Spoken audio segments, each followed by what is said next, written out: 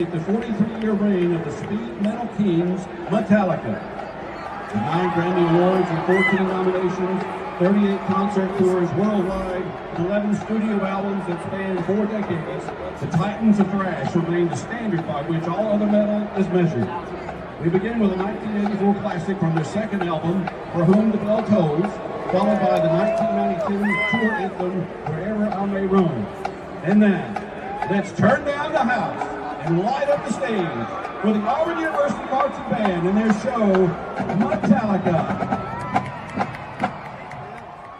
Thursday night has arrived again. It's a little bit different for us, but it's still Auburn Family Night. This is the night every single week where we get together with you, the Auburn family, to talk about your comments, your questions and topics. And of course, we're going to take some calls as well. All that's coming up right now. Let's get into Auburn Family Night.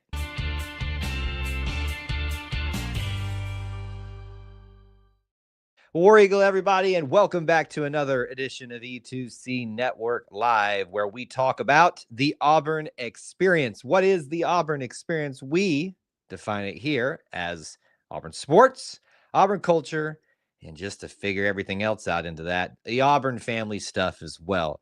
Maybe a finer way to say it, better way to say it. If it's orange and blue, it's what we do, and we thank you for getting into what we do here on the show. Normally Wednesday night, we do Auburn Family Night. It is a Thursday in which we're doing this evening. I made that promise to you all to not miss it this week. The reason we're doing it on a different night is because we all were enjoying the very first men's basketball game last night. So if you missed us during our normal time and our normal day, we're making it up to you this week. We'll talk about the upcoming schedule for the rest of this week, the next week as well, which will have a little bit of difference. Basketball kind of throws a monkey wrench in things, especially in non-conference play. But we're here to talk about anything and everything in the Auburn experience. So jump in with us. Let us know that you're here. We're going to just go as we normally would, talking with you about what you are most interested in discussing this evening. So don't be shy. Let us know that you're here. Post where you're watching from, your city, your state, international. Smash that like button as you come into the stream. It is always a huge help to us. Lets us know where our people are checking in from. And it also lets other people know as well. This is a great place to kind of join together, be a part of the discussion, and hang out with us for a little bit. So jump on into the things. As is the case with every Auburn Family Night, we love to offer you the opportunity to call into our show on these nights. So you can do that now by taking advantage of the call-in link, which is available at the top of the chat on YouTube. It should be pinned up there for you. If it might be on Facebook, not pinned, but I think it goes over there now. If I'm not mistaken. In fact, if someone's watching on Facebook, can you confirm that for me that you can see it? Let me know. Let me know if you can't see it or anything like that. But please do take advantage of that tonight. We'd love to hear some new voices, new faces, maybe as well, if you want to be brave enough to put your face on camera. But we'd love to hear from anybody tonight to talk about the things that you want to discuss. You can certainly take advantage of the chat as well. What's the drill here? We normally go where you want to go. We normally discuss what you want to discuss. So really, you dictate from here where we go, and we'll start diving into some of those things as you start posting them in here. We've got a few already coming in. I will set the table for us, as I like to do every single Wednesday. Well, I need to call it Auburn Family Night so it doesn't get confusing. That's why we name it after all. Obviously, we are sitting here after an amazing destruction, as we put in the title, of Vermont, who is supposedly a very good basketball team based on last year, what's expected this year. Auburn utterly destroys them in 51-point deficit. Being able to take them down that way in Neville is just a great way to start the season off. Certainly, we can talk some more about that. A big matchup with Houston coming up later this week, which we're going to also do a post-game show about. Sitting in the middle of the bye week for football, which is probably a good thing that we had basketball to kind of move us along from some of the discussions that continue to pop up over there. But obviously that is fair game as well. We had a lot of not want to call them minor, but smaller news stories continue to pop up this week. Coaches making certain Hall of Fame things in their hometowns and stuff. Sonny Smith has retired officially now as the radio analyst alongside Andy Burcham. That was announced this week. It's something we've been privy to for a while here at E2C Network, but we didn't feel comfortable sharing that, just because obviously that's the family's private business when they want to announce this thing. And I was told this week it was going to get announced. No shock that it happened on the very first home opener night, but we'll talk about that more on the Auburn Experience podcast this week, but certainly that's on the table too. So whatever you guys want to discuss, don't be shy. I know we're going to have a smaller crowd tonight because this is not our normal night we do this, and there's no post-game preview show, which is, we're doing this in our normal football preview slot. I don't think y'all want to preview the bye week. We'd probably find a way to lose that one too. If I can be a little bit of a pessimist tonight, but certainly we'll start diving into some things that you guys may or may not be interested in. Stan wants to know one of the most popular questions right now, whether it's here on YouTube, TikTok, no matter where I go, this is number one this week, especially. Will there be a quarterback change? Don't know. And frankly, me personally, you probably know what I'm about to say here, I don't care. I support whoever goes out there, and I think that right now I haven't seen enough for me to make an educated answer on that.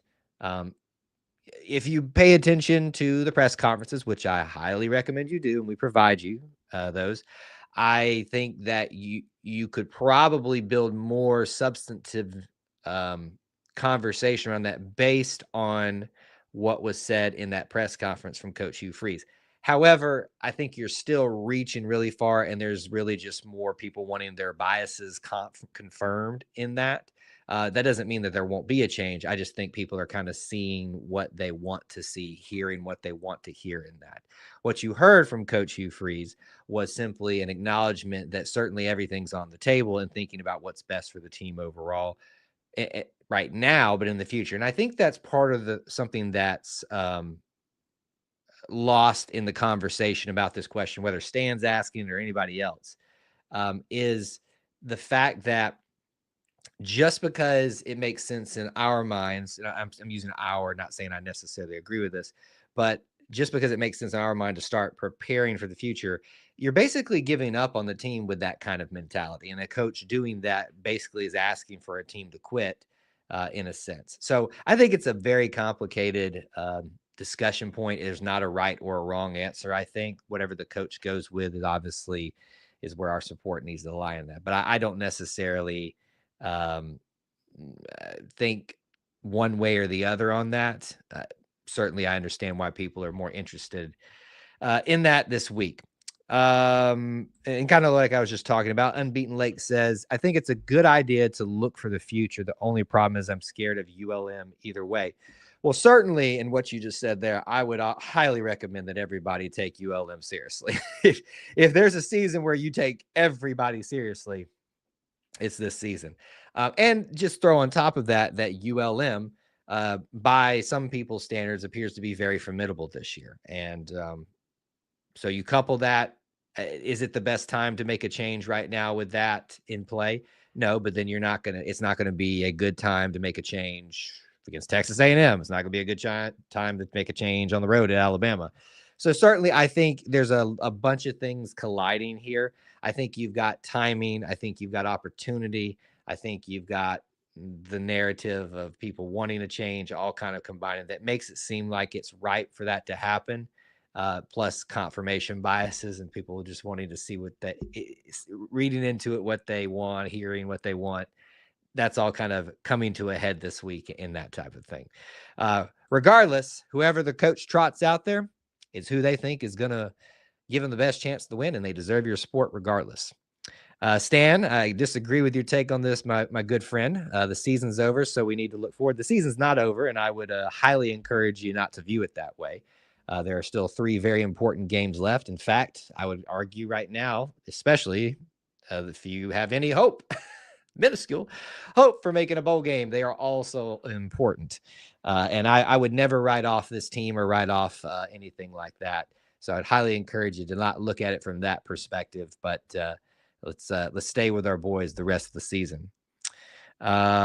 We maybe get one more win regardless of who the quarterback is. And that may be so, right? I mean, I think we all recognize this team is I hope everybody recognizes this team is struggling in every facet of the game, maybe outside of defense. And, you know, it's not in the cards aren't in our favor, it seems like, based on all the information that we've gathered about this team this year. So I do think it's safe to only expect one more win. Um, I wouldn't be shocked if Auburn gets its act together, maybe gets a night game for Texas A&M. The crowd's roaring. They're ready to just kind of let the pressure off of that, the situation of this year.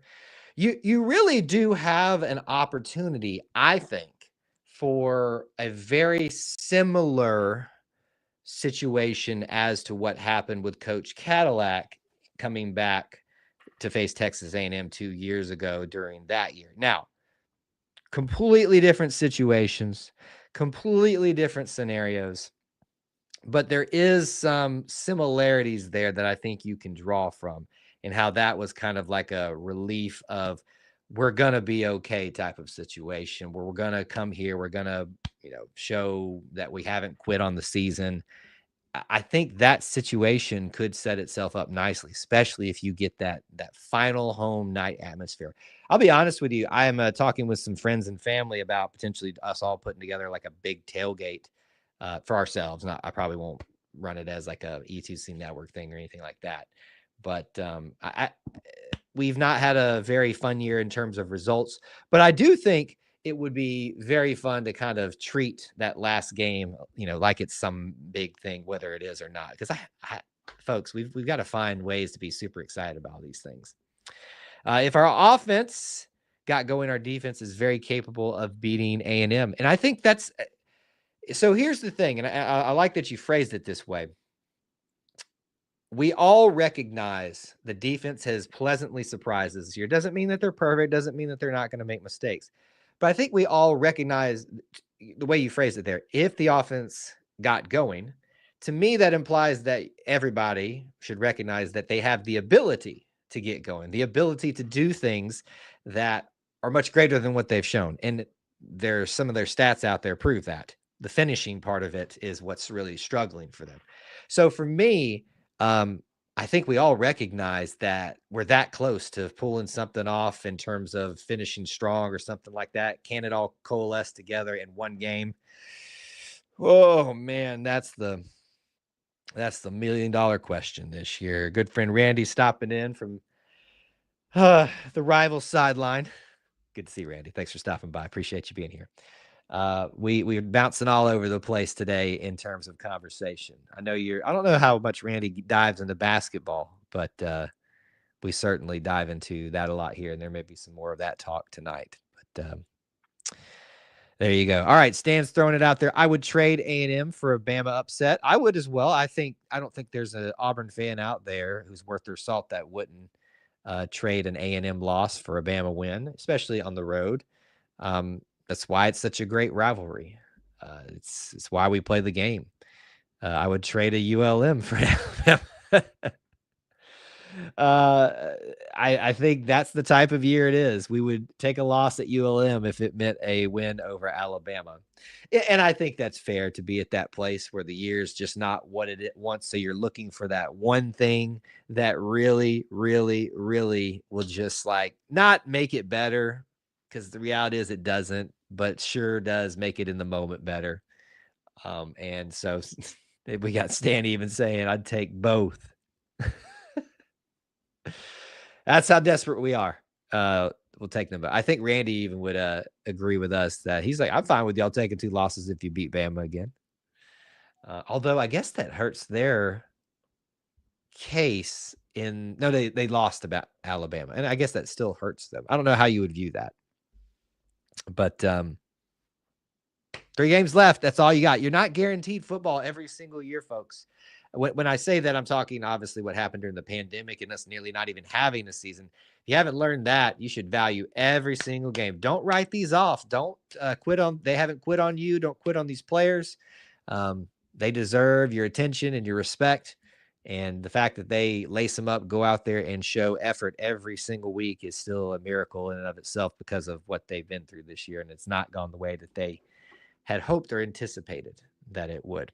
And can I take a step out a little bit? I think a lot of that has to do with not just leadership amongst the players, but leadership amongst some of those younger players. And who am I thinking of? What are all these cords doing out right here? My goodness, I got a mess going on here. Forgive me for a second. Players like Keldrick Falk, who already has won the respect of his teammates by being, nominated by them to represent at SEC Media Days. You've got, not that there's not leaders on the upperclassmen side of things, but you've got some leaders that have risen up from the younger ranks that are setting us up for great success. I hope, at least in the coming years. Mr. Scott, my co-host, is here. What's going on, sir? You gonna call in tonight? It says, "Where's WT? I'm 2-0 at Auburn basketball games this week." Yeah, I even brought that up to him last night on the stream. I don't know if you popped in or not, but it is. We're doing Auburn Family Night on a Thursday, which has got everybody's schedule thrown out of whack because this is normally a Wednesday night thing, and we couldn't do it during a basketball game. It's going to be a problem for us this week too. But he tried to correlate, the win, meaning you weren't there. And I said, oh no, he was there. He was there for the women's basketball game too. And they did good and got their first win. By the way, shout out to the women's basketball team playing in their game this Friday, going up for program win number 999. That's what's on the table for them. So be looking out. Hopefully they can get that win, and the next one play for a program win 1000. We're going to make a big deal about that on the Auburn Experience podcast. Let's see here. Another twin sickness. Probably don't want to hear from me tonight. Y'all, I know that's like the thing that the young kids bring the sickness home. We got to get y'all like pumped up with some vitamin C or something, my man. I feel like every other week I talk to you, you're fighting off something, they're fighting off something. But here's the great thing is your immune system is just building up, right? If you go by that logic. All right, Derek's popping in. He's getting here a little bit after we talked about this, but we'll bring his comment up. It's time for one of our young quarterbacks to have a chance. Well, I agree with you in some sense if it's the right move for the team. If it's not, I don't think we should just arbitrarily say that and, believe that, because the reality is if they're what's best for the team, they're going to be thrown out there. We have had one of them given an opportunity, and it went not well in the grand scheme of things. Played one team that he should have dominated against, and he did, which was great to see, and played another team that he should have probably had some struggles against just in normal sense, but struggled mightily.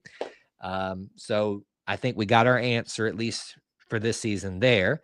There are a couple other options out there, and certainly it'd be fun to see some new faces, but I don't want to just throw them out there arbitrarily just because people want to see someone new, and for a vast majority of people, just because they hate Peyton Thorne. Tim says, I don't think putting less experienced quarterback in right now is the right thing.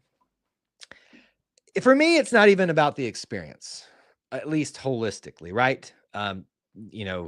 One of the most frustrating things that you will hear when you're going into the job market is they call this an entry-level position, but listed in the description or the qualifications for this certain position, they want this much experience. And normally that means like volunteer experience and stuff like that. But it's like, how do you expect me to come in for an entry-level position that we're supposed to require no experience and have experience on it? So there's that kind of way to look at it. You got to get some experience to feel better about the situation, but doesn't necessarily mean for what we're talking about here that that's the right thing for the football program at this time. It might be, and if that's what Coach Freeze determines, sign me up. I'm ready to roll. But if not, Peyton Thorne has my full support because he has shown he has the ability to put us in the position to win. He's not perfect by any stretch of the imagination, but he certainly deserves our respect and our support. Looking forward to the competition that will take place this spring. That's the big story here. This offseason is going to be wild, I think, in terms of quarterback stories. You're going to get just the insanity of the transfer portal, Deuce Knight will continue to be pushed as the savior of all mankind. And we'll forget about some of these guys that are on our roster now and shouldn't do that. But then, the summer workouts, 8A will come around, summer workouts, and we'll hear this person is working their way up and all that kind of stuff. I don't know. But it's going to be a wild offseason in terms of the quarterback thing. We haven't really had a true quarterback competition, I think, since TJ, Robbie, and Malik were here. Not Malik. Demetrius Davis. Yeah, Demetrius was here. Stan says, this is a common narrative. I don't hate PT. It's just he's gone after 3 more games, so why not get some other a chance? Because they may not give. I think maybe just I'm putting you in this situation since you brought it up. People like you are having a hard time understanding that just because you want to get someone's experience doesn't mean that's what's best for the team, right? The team is still performing. People may have written themselves off or their interest off in the year, but the team hasn't written their off, and they want to win. And if those players don't give us the best opportunity to win now, then you don't run them out there. It's a very simple concept, but I think we have a hard time sometimes wrestling around with that in our heads. Unbeaten Lake says we shouldn't be worried. Miles Kelly will say this. Completely shifting gears there. How about that Miles Kelly, huh? Wasn't that fun? 5 in a row, I think he had. I was sitting here, obviously I try to multitask and work on a few things while I'm watching the game before getting set up to do the post-game streams. And I pay attention, obviously, so I know what I'm talking about. But, your attention's kind of divided a little bit. But for that sequence that was happening, I could not look away from it. I was like, the kid's going to throw the ball up again and knock it down in 5 times in a row. He did. 21 points. All of them were 3-pointers last night. Absolutely incredible performance by him. The hype was real, man. The hype was real. Kelly lit it up last night. Man, we got ourselves a shooter. I forget who to credit it to. Maybe it was it Stan that said it, or somebody said that he was Bryce Brown-like or something like that. So you're saying Kelly has a shot at quarterback? No. I wouldn't want to run him out there. I wouldn't want to run him out there simply because I don't want to mess him up right now in the hot streak he's on. And it's one game, right, folks? I'm the first person to tell you, don't overhype things, don't oversell things, don't be hyperbolic. But man, it's hard not to when you saw that performance last night. Now, how he shoots on how he shoots on the road at Houston this weekend is going to be a big sign if this is going to be for real.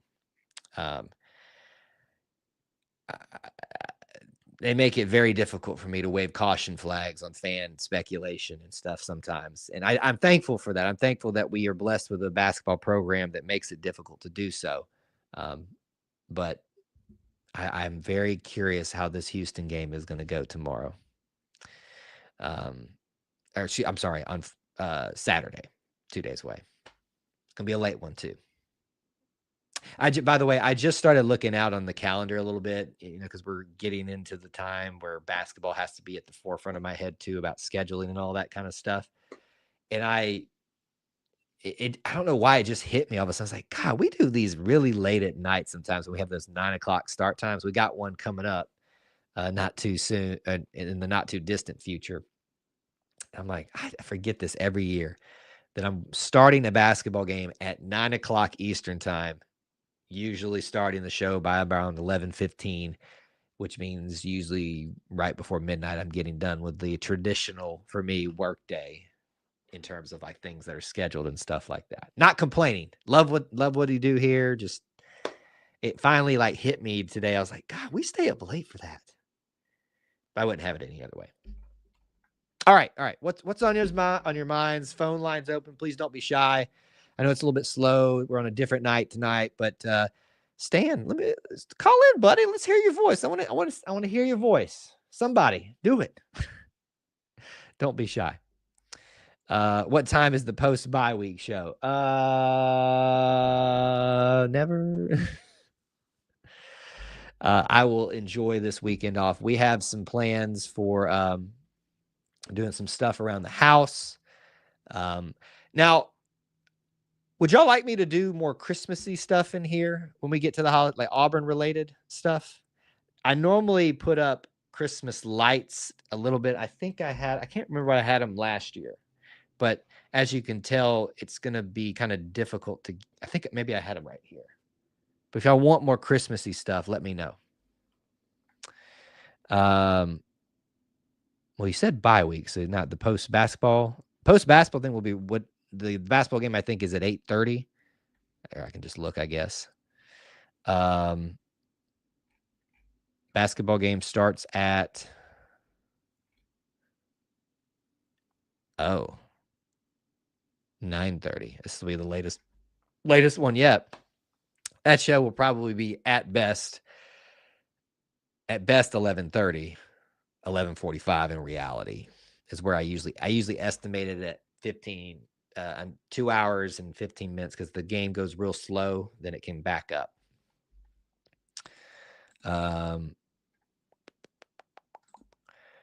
We barely got any primetime games in the Tony Barbie era.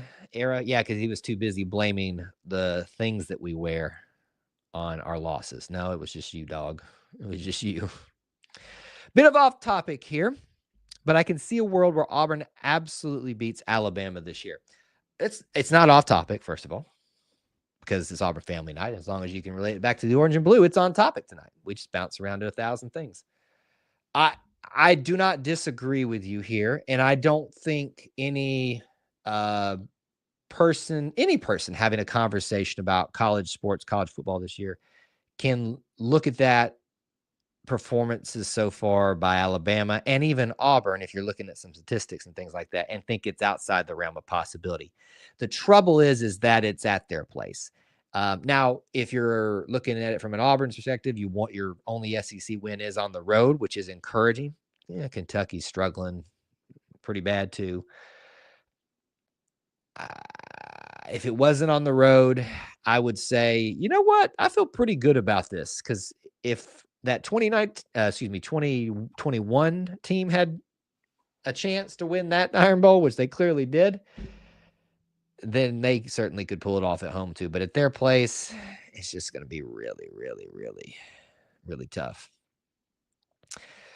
Randy is a fan of Christmas stuff. I am as well. I would like to do more Christmas stuff in here, but for the live streams and stuff, it doesn't really show up with the way I kind of set things up as well. But we'll see. Maybe, and I don't have my microphone stand completely showing, so there's not really a point in me wrapping that. We'll talk about it.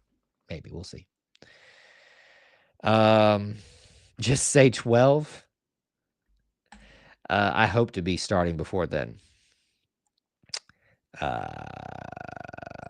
Unbeaten Lake says, if we lose in Maui, we will probably get an even later tip-off time. Yeah, we will.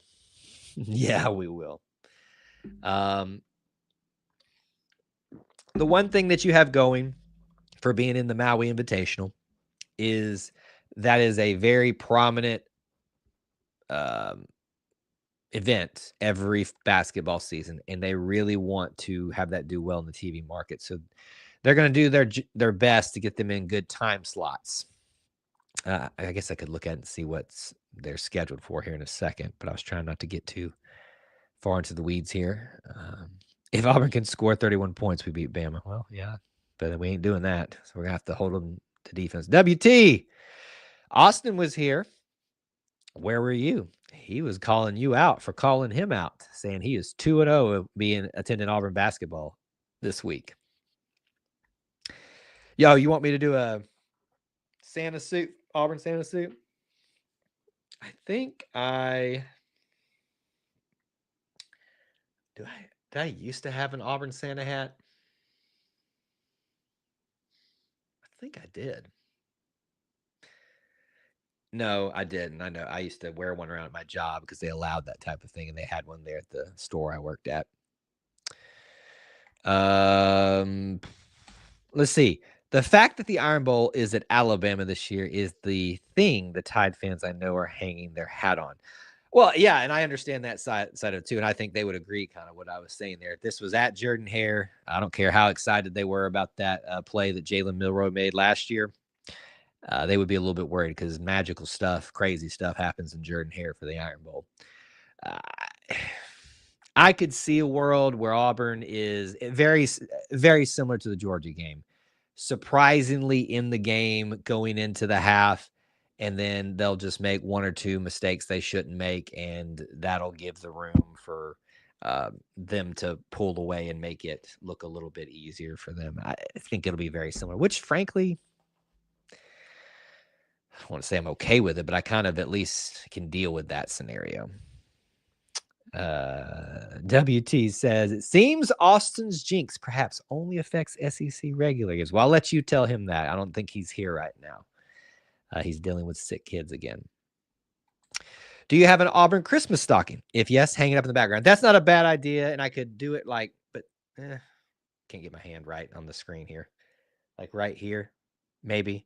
I tried doing the light strung up right there, but it looks fine on screen. But when I'm just here by myself, it's such a random setup. It doesn't make sense. So I'm trying to figure out what I want to do this year. I'd like to do some more Auburn Christmassy stuff because I've got the orange and blue lights I put out.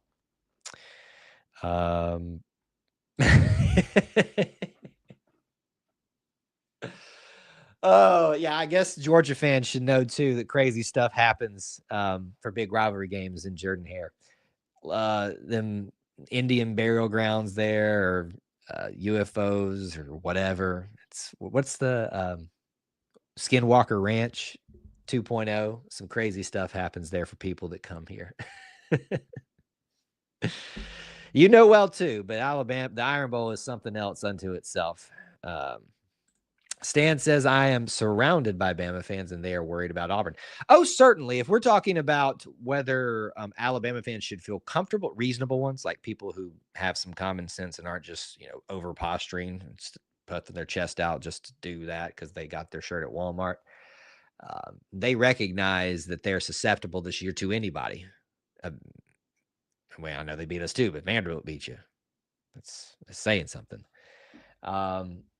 South Florida at some time gave you some trouble. Almost gave the game up to Georgia. They're very susceptible this year. So we'll see this week how much different they are for the rest of the season with their matchup, but obviously not really our thing or importance to us. So we'll let Alabama people have that on their particular show. All right, we are 32 minutes into the stream.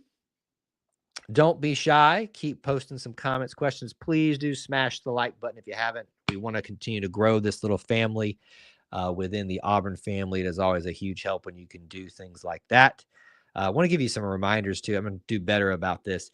If you're on YouTube especially, it's great that you're subscribed. You should be doing that. Also hit that notification bell I think it's a bell right there, but that you can hit the notification marker so you know anytime we go live, anytime we post a video, a short, all that kind of stuff, so you don't miss out on stuff for us because we post all kinds of content. I mean, today we posted a short. I got one I'm going to probably run here after the show, a little funny one. Try to do more of those funny reels for you all, but make sure you're doing that so you don't miss out on any stuff from us.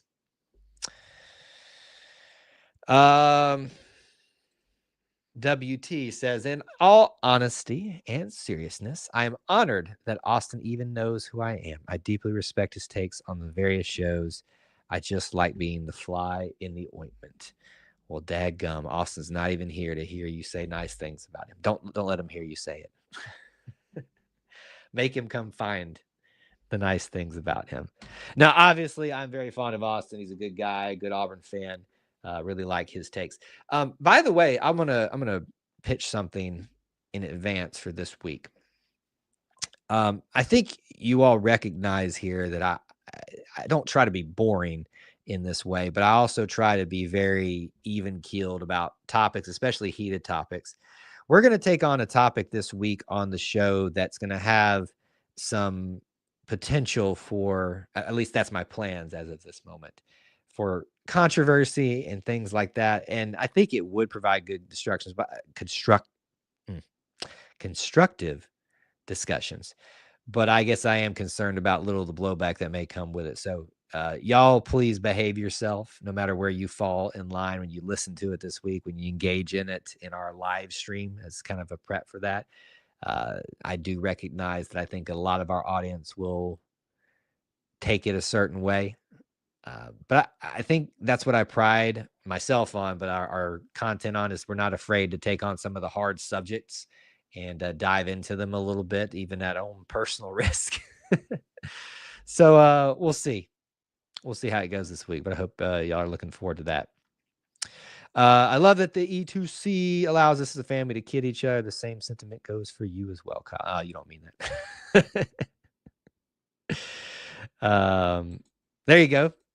Randy knows. He knows. Helps me keep tabs on the Auburn happenings. Yes, I do check in on your stuff from time to time. I peek over there. I'm not as brave as you to pop into chats and the rival things, but certainly I do check in and kind of peek like a lurker. Just what's going on over here? What's going on? Anytime I can. But anyway, yeah. Back to what WT said. I try my best to provide you guys a little playground that you all feel comfortable in, even if we don't always agree. But you got, what's the phrase? If you build it, they will come. So we try our best to give you a place to feel like you can have some fun and be part of a cool little community together. All right. What else? What else is on your minds? What else are you thinking about? What else? Questions, topics, comments? I know it's a little bit different night, a little bit slower night since we are on a not regularly scheduled evening, but certainly there's some other topics out there that you guys might be interested in it.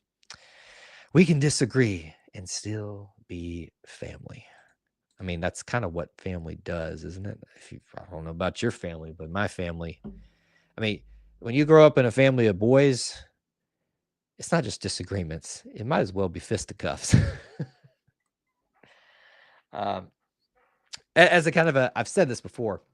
Next season, I do have plans to go out to the Baylor Auburn opening game because both my brothers went to graduate school out at Baylor, and they have several connections there. So I am anticipating having that trip be a high likelihood.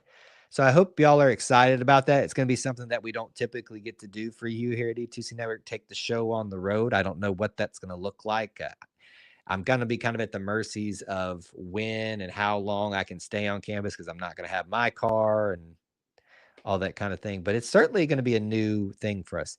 What it does mean, though, is I unfortunately probably can't justify taking another travel trip that year and going to the first Auburn-Oklahoma game in Norman, which is I love going to those first, which is why I'm going to Baylor, because it probably won't happen again for a long time.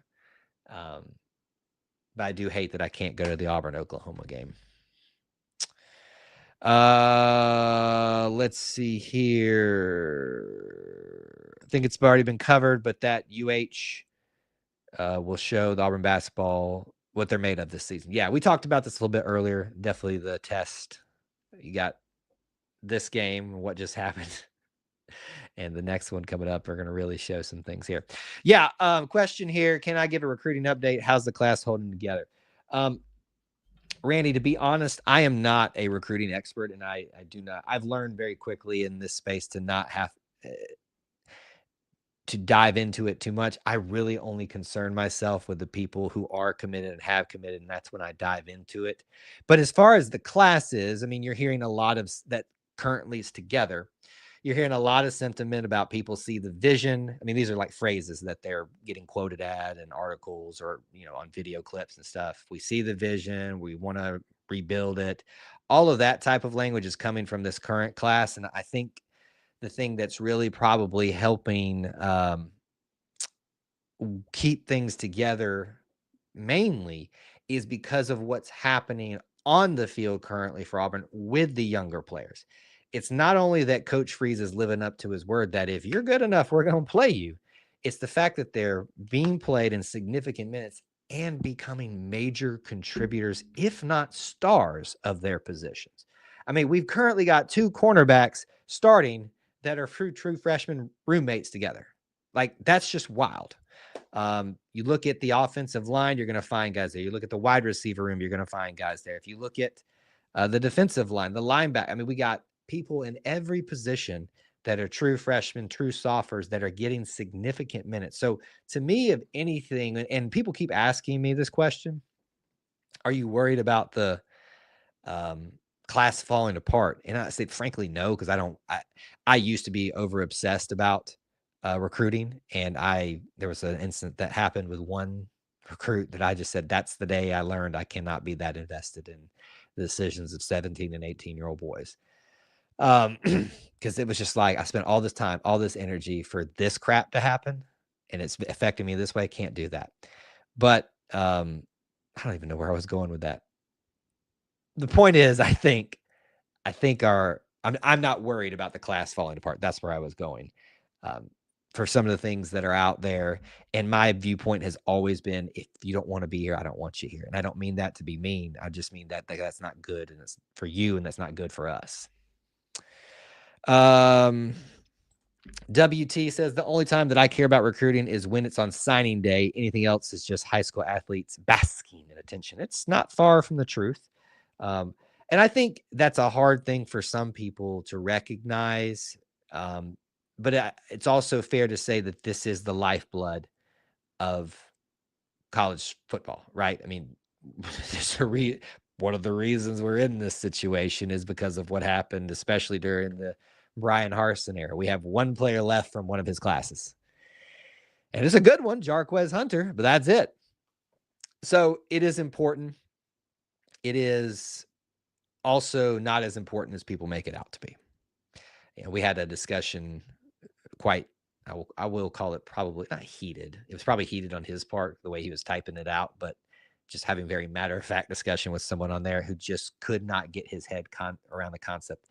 It doesn't matter in the grand scheme of your program what stars someone came in with. You can get all the 5 stars you want, but you might end up having a brand new head coach this year, Texas A&M. What matters is what they leave with. Did the stars that they came in with match up and leave with? Sometimes that's on them. Sometimes that's on the coach. Sometimes that's on the situation. So for me, I don't obsess about stars. I don't obsess about rankings. They're fun to talk about sometimes. They may tend to give you some good trends to look at, but that's just kind of, well, what a long rant. I didn't expect that. Y'all got me on my rants tonight. 25 classes holding together, and 26 is definitely off to a good start as well. Recruiting is going to bring us back, and we need to give Freeze time to build back our roster, and he's doing that. The defense is just ahead of the offensive right now in performance. Fair statements. Certainly recruiting gets you back to where you need to be over time, but it's not a quick fix, as we're learning this season. It is important, but not as important as some people make it out to be. Just hope that we can hold on to the offensive line recruits. Certainly, I think this is a very important year. I've talked about it a lot, about stacking groups together, especially in the offensive line. If you think about it right now, we're about to see kind of the last of the large groups of transfer offensive linemen that came in together leave this year. Not to say that there won't still be some around, but then you're going to have the group that was recruited together or close together, playing all together. Thomas, if he's still here, has talked a lot about this. Braden Joyner, Connor Liu, Tyler Johnson, Dylan Cinda. There's also Clay Wieden's in there. I'm blanking on so many of them, their names right now. But all these guys came in together, and some of them are playing now. Some of them are getting more playing time. It's much easier to build a cohesive and very formidable offensive line when you come together up as a group. And certainly that's a strategy that has worked out. And I hope with this class that's currently there that they're going to do some similar things as well. Let's see here. Hard work beats talent when talent doesn't work hard. It's all about the drive in the player and how they are developed. And they have to want to be developed to be developed. So that's what people sometimes mess up on that too. I think there's something to this narrative as well. sometimes, right? Not all the time, but sometimes. Some people are just it's dadgum good, right? They just come in and they're amazing. But when you get to this level, it's why everybody who says, look at this kid's amazing tape, surely he's going to translate here. I'm like, no, he's playing against high school talent. He's supposed to be, this is what your tape is supposed to look like. Let's wait and see what he does here. And sometimes it translates immediately. But I would argue most of the time it takes a minute for it to translate. Man, we're getting into some stuff tonight. Yeah, I've worn this shirt before. Tennis. I have an Auburn shirt for football. I obviously have just general generic ones.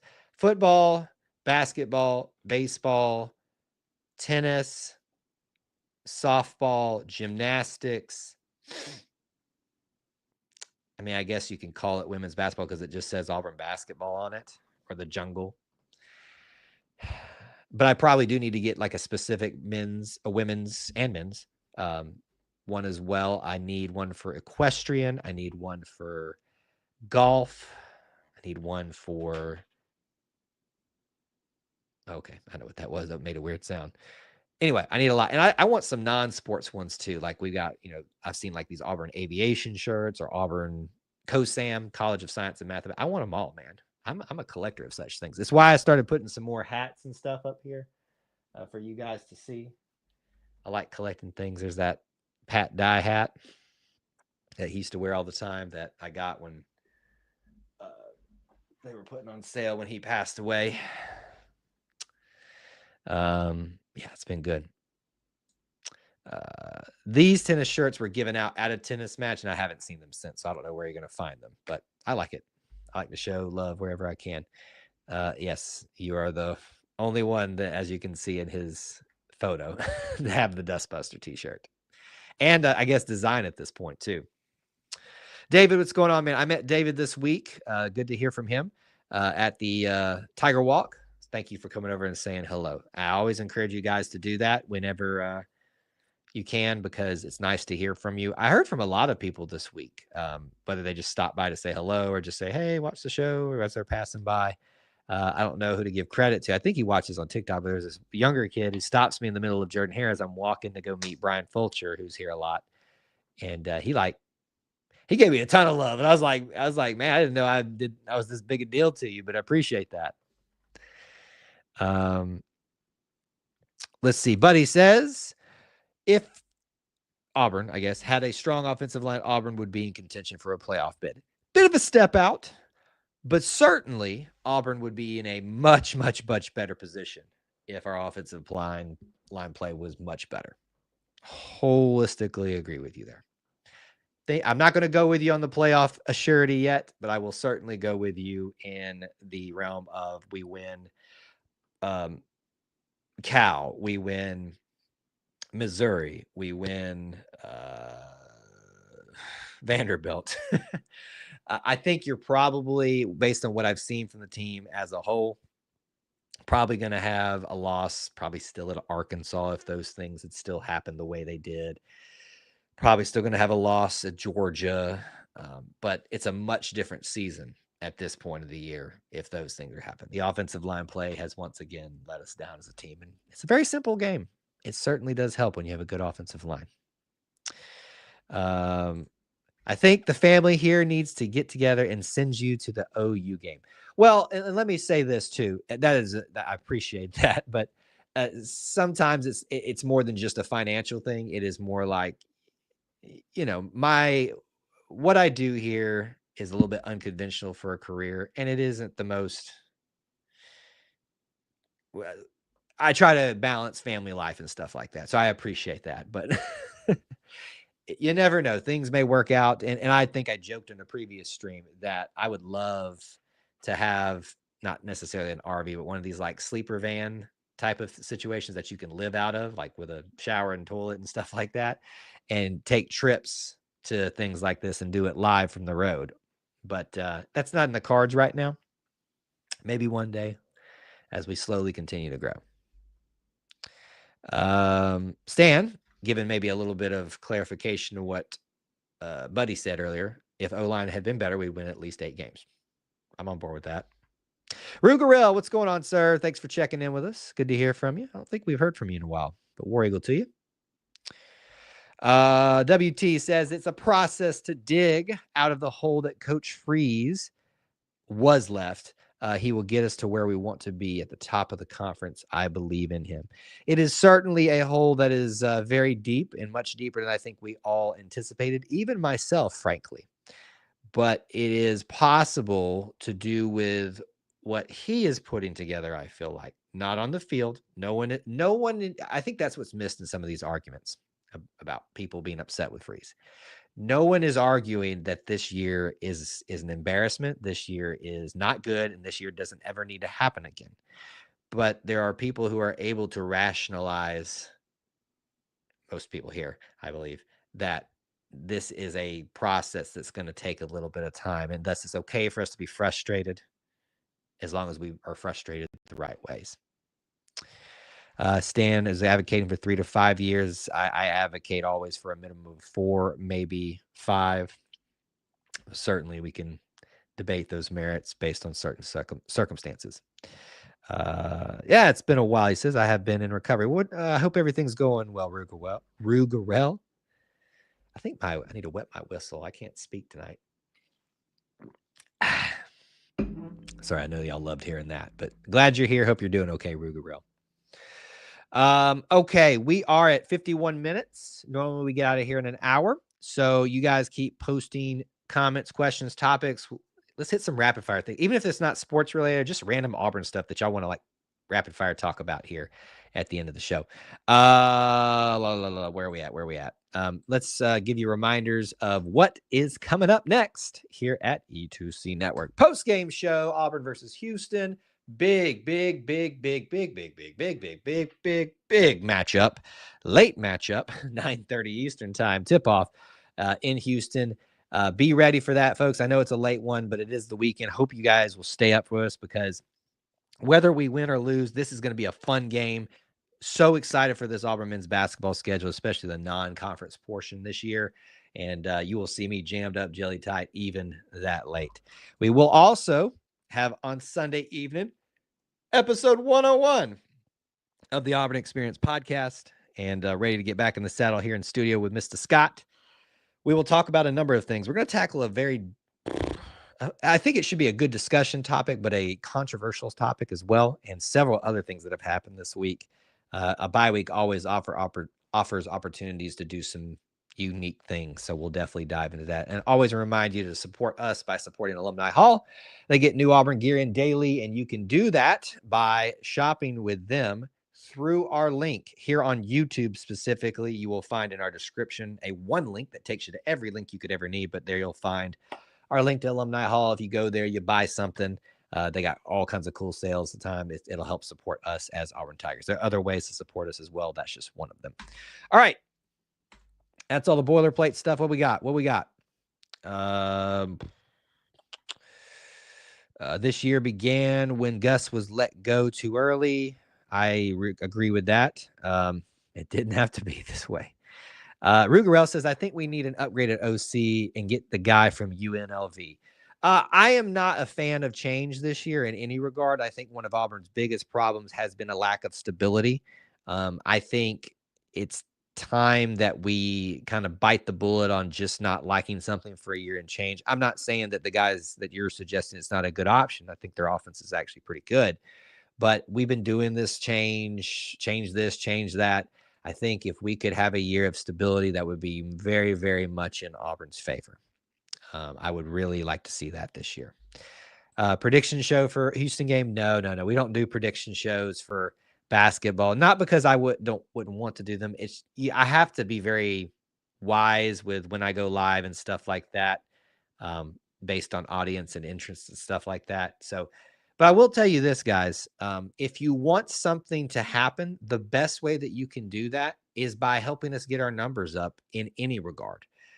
That you can do that by smashing the like button, being here, dropping comments on even just, regular videos, not live streams and stuff, telling a friend, getting them over here to subscribe and stuff like that. If you if you guys come to something and show me the numbers arise and that you'll show up for those type of things, you never know what we might do, but not right now. Golf teams will be awesome this year. Again, they already appear that way. I saw them myself at the East Lake Cup here in downtown Atlanta, not too far from where I am. So that was fun to see. And certainly, I expect big things from both men's and women this year. Let's see. I know he's not popular with a lot of Auburn fans, but I have to give my yearly thanks to Jay Jacobs for having the stones to go out and get Coach Pearl completely transform the program. I'm going to take it a step further when you talk about maybe someone doesn't have the best overall history with Auburn in terms of like people will be very like, I like this, but not like that. Frankly, yes, thank Jay Jacobs, but you need to thank Alan Green. I think we all can look back at the tenure of Alan Green now and realize it probably wasn't the best overall, especially in regards to where we are at in some of the major football specifically with decisions that were made.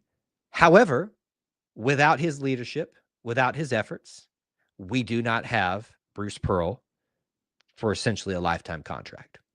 Do I think we were at high risk of him going somewhere else? No. But certainly we were at higher risk until that contract was signed. And they made a big deal about that. They made a video together of that getting locked up and figured out.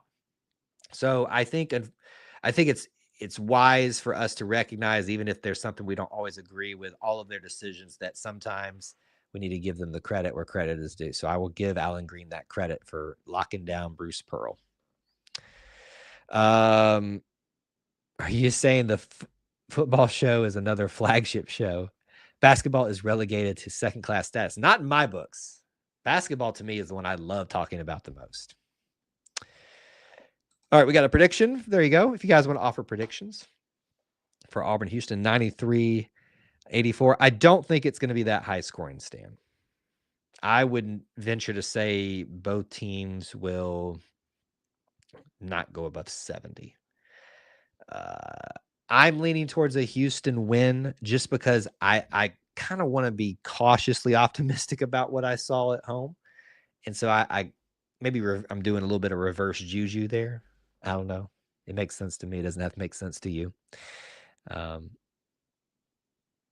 still want to know, where's the kick six football? It's a good question. You know what? I think it's in Auburn's trophy room or archives, because I think they brought it out for that anniversary booth they had out last year. I think it was in a case there. So I think Auburn has it. They should give it to Chris Davis. 43, 40, 63, 60. Well, they just give us the win.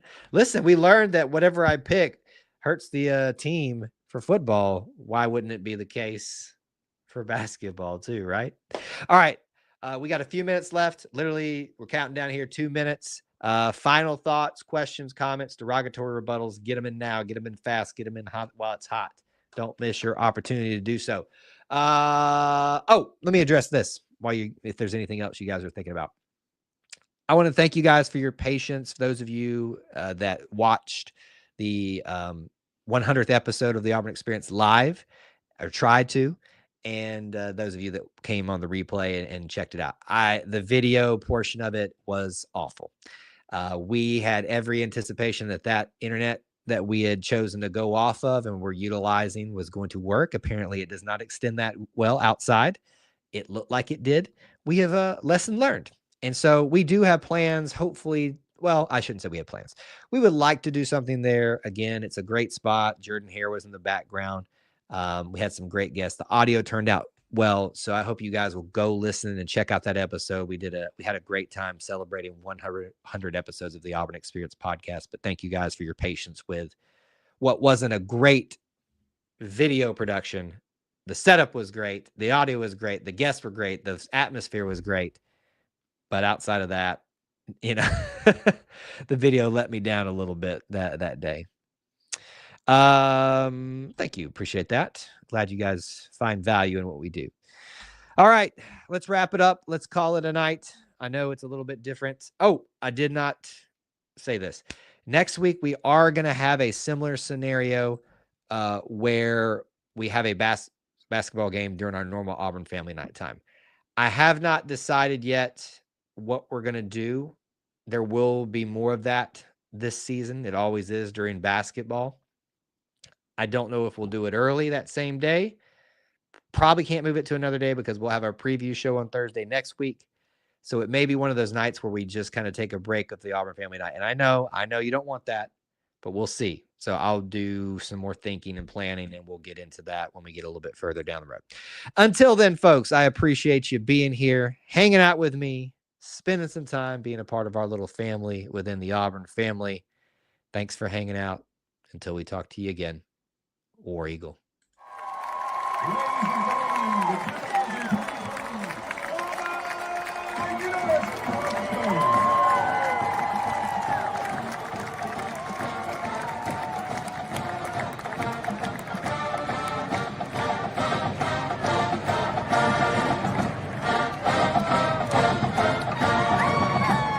The Auburn University marching band is under the direction of Forrest Irving, assisted by Nicky Page.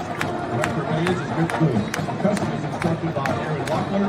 Graduate assistants are Chris Schumacher, Colin Carrington, Lynn Washington, and Sebastian Lozano. Auxiliaries are coordinated by Ashley Evans and instructed by Trisha Skelton, Amy Niederelli, and Lauren Smith. Announcer is Ben Jim Jackson. Enjoy the rest.